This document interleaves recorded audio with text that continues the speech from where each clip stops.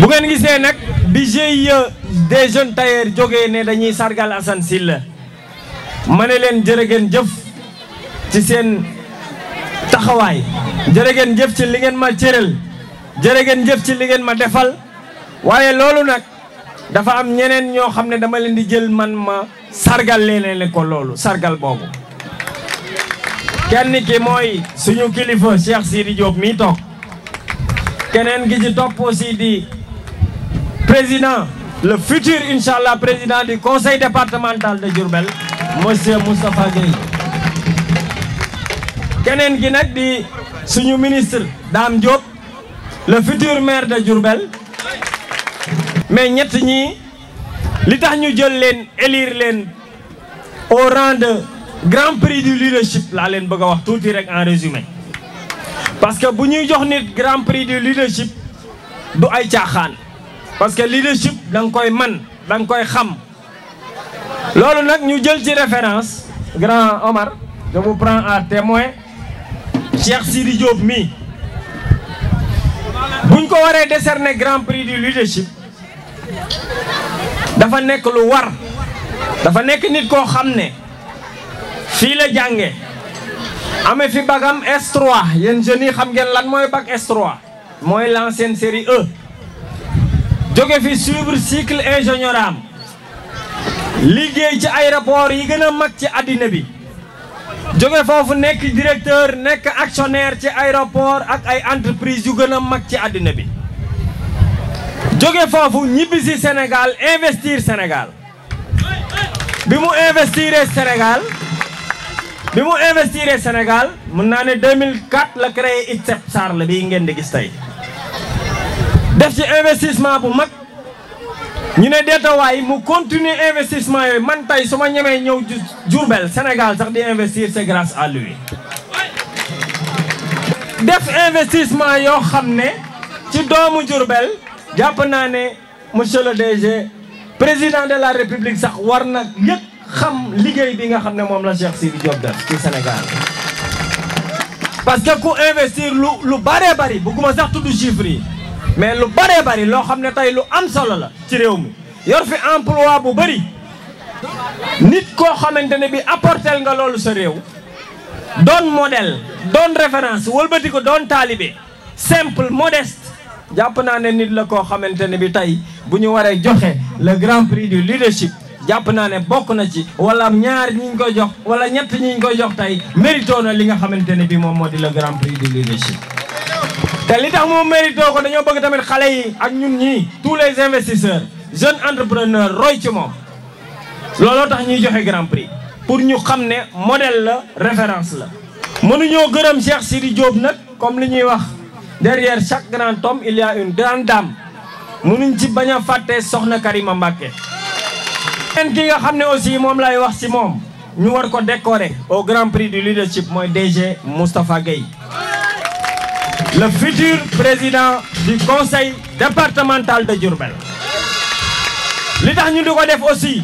nit la ku ma naw man nit la koo xam ne dama ko respecté nit la koo xamante ne bi c'est un valeureux guerrier c'est un gagnant. nit la koo xam ne aussi am na générosité liggéey nag ci Sénégal à part muy jóge Canada ndax topp nañ ko bi mu fi ñëwee nekk juriste ñu dénk ko AME mu géré ko def fa liggéey bu am solo boo xam ne tey frère am Sayer Diop moo ko yore moom mii moo ko njëkkoon jiite def fa liggéey boo xam ne tey jii suñu frère Sayer Diop continuer na liggéey boobu tey jii mu jóge ci loolu ñu dénk ko Crous bu Thiès mu def fa liggéey bu rëy jël doomi Diourbel yu bari ñu nekk fa di fay liggéey ba tey ji ñu ci bari amal nañ njariñ seen waa kër. ñu jóge ci loolu joxaat ko Crous bu Bambey mu defaat fa liggéey bu mucc ayib boo xamante ne bi tey yeneen doomu Diourbel ak doomu Sénégal ñoo ngi gis liggéey bi. loolu moo waral président de la République wóolu ko ne ko Moustapha demal jiiteel ma le conseil départemental de Diourbel. kon ñi ngi koy sant suñu frère Moustapha ñi ngi lay gërëm ci teewaay bi ñi ngi lay rassurer di la wax ne liggéey bi ñuy ànd di ko liggéey ak Dame Diop moom la ñuy liggéey ak yow. taxawaay bi ñuy taxawu Dame Diop moom lañ lay taxaw foo gestoo bu fu Dame Diop gestoo gis ñu boo gestoo di nga ñu gis loolu ñu ngi la koy wax di la ko seereel ci mbokk soxna Ami di ko seere ci délégation bi nga àndal di la wax ne ñi ngi ci sa wet ñi ngi ci sa kanam ñi ngi ci sa ginnaaw fépp foo bëgg ñu ànd fa liggéey incha allah dinañu fa ànd liggéey modèle nga référence nga moo waral tey tamit ñu war la décorer au grand prix du leadership xale yi war nañoo roy ci moom aussi jeunes yi war nañoo roy ci ñoom moom ñëpp aussi war nañoo roy ci moom ki ci des aussi mooy le ministre Dame Diop yónnee na fi délégation ci loola mu nekk la nekk waaye it référence la ci ñun ndax fonk nañu gëm nañu respecté nañu jox nañu suñu cër booba ba léegi aussi liggéey bi ñu ànd di koy def pour njaareem bi ma ko xamee maanaam jege ko côtoyé ko ci laa xam ne taxawaayam ci Diourbel taxawaay la boo xamante ne bii mérité nañu jox ko mairie njaareem parce que li tax ñu di ko wax aussi du ay bët yu rafet dañu ko topp gis ko gis ni muy doxale am yaakaar ci moom tamit que ni position bi mu nekk ak lim ñu wax ak ñun dina ko respecté en plus de cela aussi gëm na Diourbel gëm goo xam ne njariñ bu nekk ci en haut lieu dana ko mën a xëcc indi ko kon nag ñoo ngi sant ministre Dame Diop di ko sant ci taxawaayam di ko sant ci yéene ji mu am aussi ngir Diourbel jëm ci kanam parce que mënoon nga yam ci sa ministère wala salaire u ministre wala truc waaye nag su fekkente ne bi da ngaa bëgg a servir sa dëkk bëgg a jëfal sa dëkk moo waral moom it mu bàyyi léppam ñëw taxaw ànd ak ñun ci liggéey bi wane yoon bi ñu ànd ak moom ànd ak frère am Moustapha Gueye ñu liggéey ngir Diourbel ngir commune bi ak département bi incha allah au soir du 23 suñ borom may ñu ndam kon nag ñoo ngi sant monsieur le ministre donc ñett ñooñu ñoo nekkoon ñi nga xam ne ñoom la ñu war a jox tey le grand prix du leadership. mbokki njaareem di tàmbale cant gi d'abord ci yéen jeunes tailleurs yi tailleur man nu ma mën a def fonk ko ndax ñi nekk fii ñëpp bu ñuy wax sans baay Cheikh Ibra Diop dispensaire lañ ko xamee waaye ñu bëri xamuñu ne sans baay Cheikh Ibra Diop tailleur la njëkk a nekk. man avant ma dugg école manoon naa pédale ndax góor gi dañu doon jàngal ñaw bi may jàng école tam manoon naa ñaw ba tey jii man naa ko dañu jàngal pédale bañ man koo def kon yéen métier bu noble ngeen am métier bu am solo ngeen am bu leen ko xeeb fonk leen ko jàpp leen ko ba lépp lu nit ñi di sol ci àdduna si seen loxo nekk ci lu mën a nekk la te loolu ngeen war a gëm loolu bu ngeen ko xasee gëm léegi laa koy wax sëñ Moustapha nee naa ko bu ñun sunu liggéey li ci ëpp dafa war a nekk xamal sunu gone yi ne mën nañu taxaw concurrencer gone yi ci àdduna sépp ëpp ñu leen xel ëpp ñu leen doole te gënuñu leen mais kii ngeen sargal tey di Assane Sylla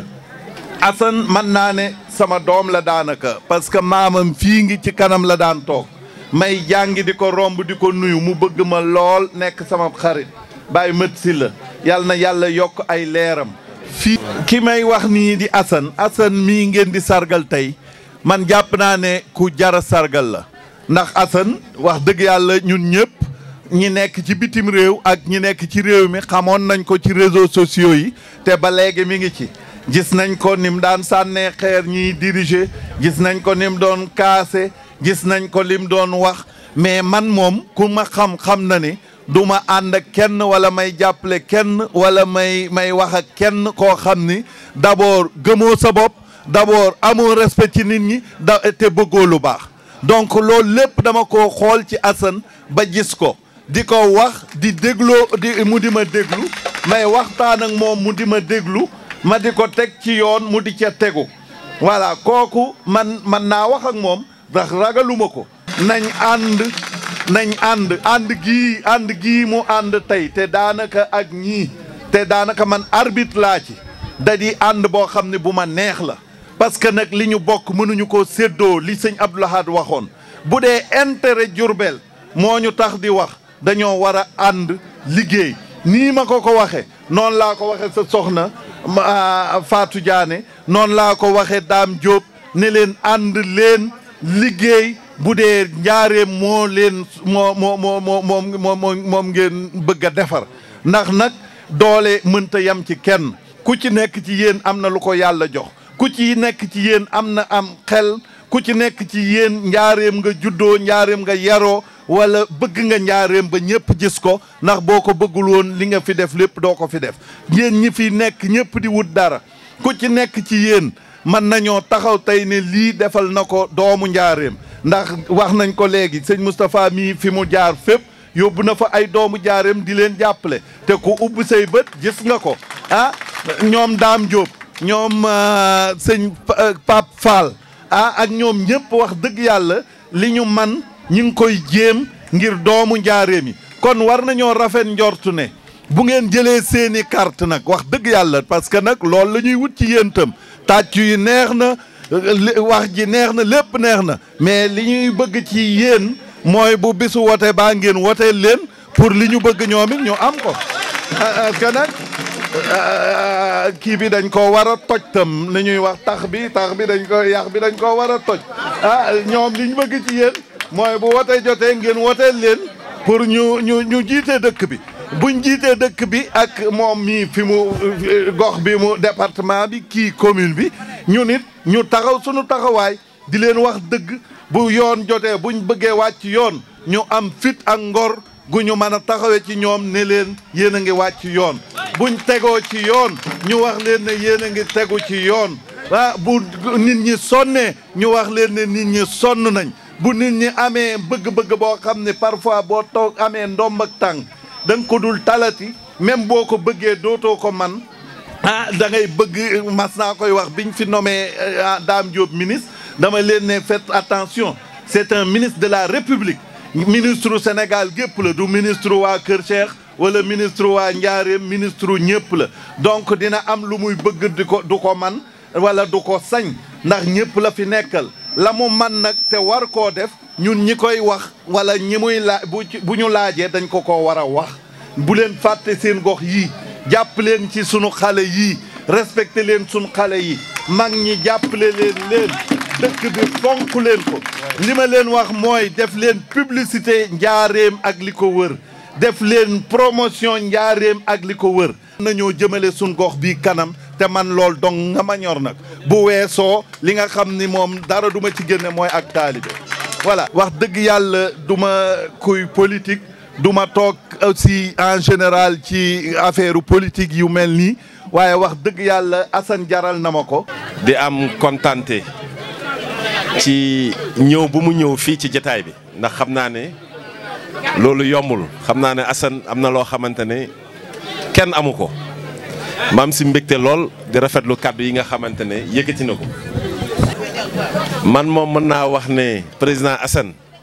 sa xol moo ree rek nga boole ma ci mais wax dëgg yàlla tey suñuy célébrer leadership mën nañoo yem ci président Cheikh Sidi Diop mi toog ndaxte dama koy faral di wax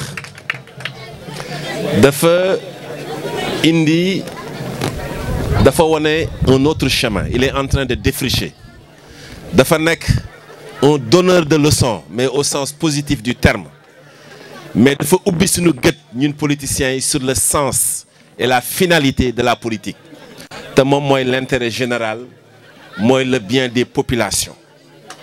ndaxte ñun suñu biir yenn saa dañuy xëccoo rek pour le plaisir de xëccoo mais soo xoolee ba mu yàgg sax da ngeen ne pourquoi faire c'est quoi la finalité mais moom dafa nekk di monter ay projet dam bitim réew ak xam-xamam dam bonifier ses connaissances xëcc ay teraanga di indi xëcc ay investisseurs di indi ñoddi ay investissement di indi te ba mu indee ba pare ñëwul rek teg ko dans des mains inexpertes mais dafa montrer le bon exemple à travers le groupe Sidi Diop et les autres sociétés qu'il a mises en place am ay projets yoo xamante ne c'est de dimension nationale notamment la revitalisation des eaux du Baol et même au-delà des eaux du Sénégal loolu nag mu nekk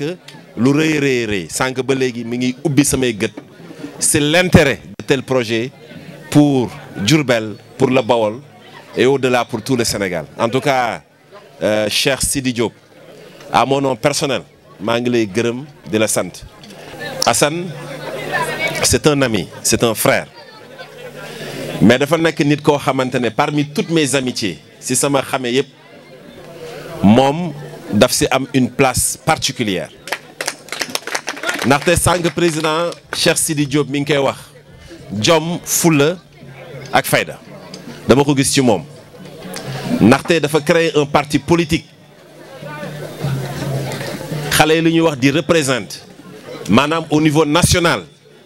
mu yor fa la voix de Diourbel, la voix du Baol, de défendre ses positions et ses convictions au niveau national, n'est qu'un chef de parti. Ba pare su ñëwee Diourbel amul kenn koo xamante ne mën nga ne Assane kat man maa ko gën a bëgg Diourbel wala Assane kat en termes d'investissement amul lu mu fi def te su ko neexoon nekk ci réewu tubaab ya ndax am na ay kayit ya am na kayitu tubaab yi. Donc Assane su may wax ci yow xam naa ne damay gàttal rek parce que président Cheikh Sidi wax na lépp mais véritablement na nga xamante ne da nga xam ne en tout cas man nawle laa la jàppee ndaxte lii ngay def ci dëkk bi man loolu lu ma naw la donc maa ngi lay gërëm di la sant. donc di ñaax mes frères tailleurs vraiment di leen ñaax ci liggéey bi